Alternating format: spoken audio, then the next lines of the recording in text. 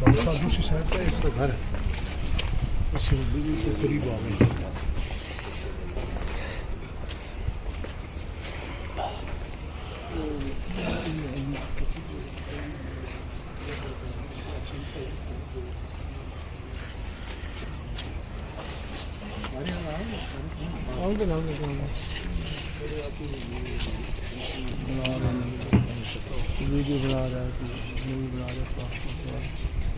مرد حضرات اس طرف آ جائیں، خواتین نہ.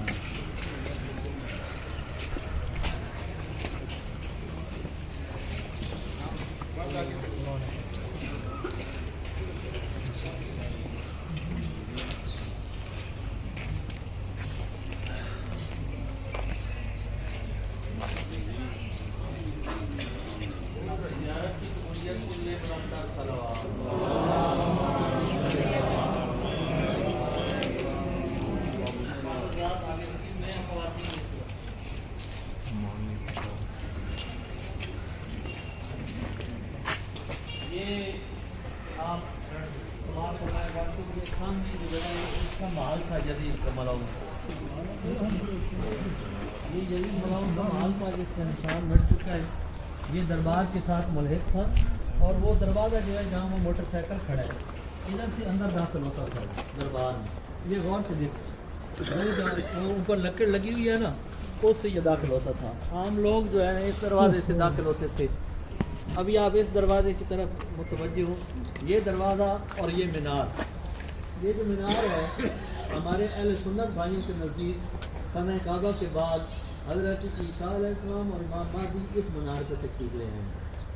یہ مینار اہل سنت کے نزدیک. اور یہ دروازہ جو ہے، اس دروازے کے ساتھ حضرت یحییٰ علیہ السلام کا سر 3 دن تک لٹکائے رکھا، اور اسی دروازے کے ساتھ حضرت امام حسین کا سر بھی 3 دن تک لٹکائے رکھا، اور کل 3 سر اس دروازے کے ساتھ لٹکے گئے ہیں. حضرت یحییٰ کے بعد اسلام میں پہلا سر جس کا لٹکایا گیا ہے نا، آپ بولا نہ کریے، حضرت دیکھیں یہ سر، یہ جو دروازہ ہے، یہ دروازہ اسلام کے پہلی دفعہ جو سال لٹکایا گیا ہے نا، جس کی آپ کل زیارت کر کے آئے ہیں، حضرت حجر ابن ادئی کی. یہ حاکم شام نے یہاں قتل کر کے وہاں حضرت میں حضرت حجر ابن ادئی کا سر یہاں لٹکایا گیا 3 دن تک. اس سے پہلے حضرت یحییٰ کا سر لٹکایا گیا.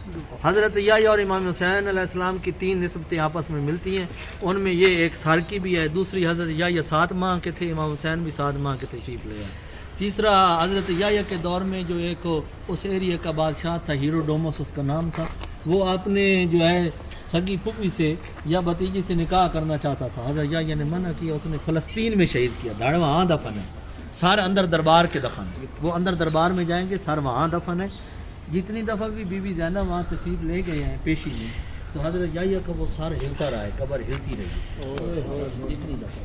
تو یہ یہاں اس دروازے کے ساتھ لٹکایا گیا اور 3 دن عید منائی گئی. اور حضرت یحییٰ کا، امام حسین علیہ السلام کا اور حضرت حجر بن ادئی کا، یہ اس کا محل تھا. اور اس محل میں یہ جب بیٹھا تھا، وہ جو خرابہ شام ہے آپ نے دیکھا ہے، جس کی چھت نہیں تھی، یہ آج جو یہاں پورے یہاں مساجد موجود ہیں، یا نماز ہے، یا قرآن، یا جو ہی محفوظ ہے، یہ سیدنا زینب کا صدقہ ہے رسول کی بیٹی کا.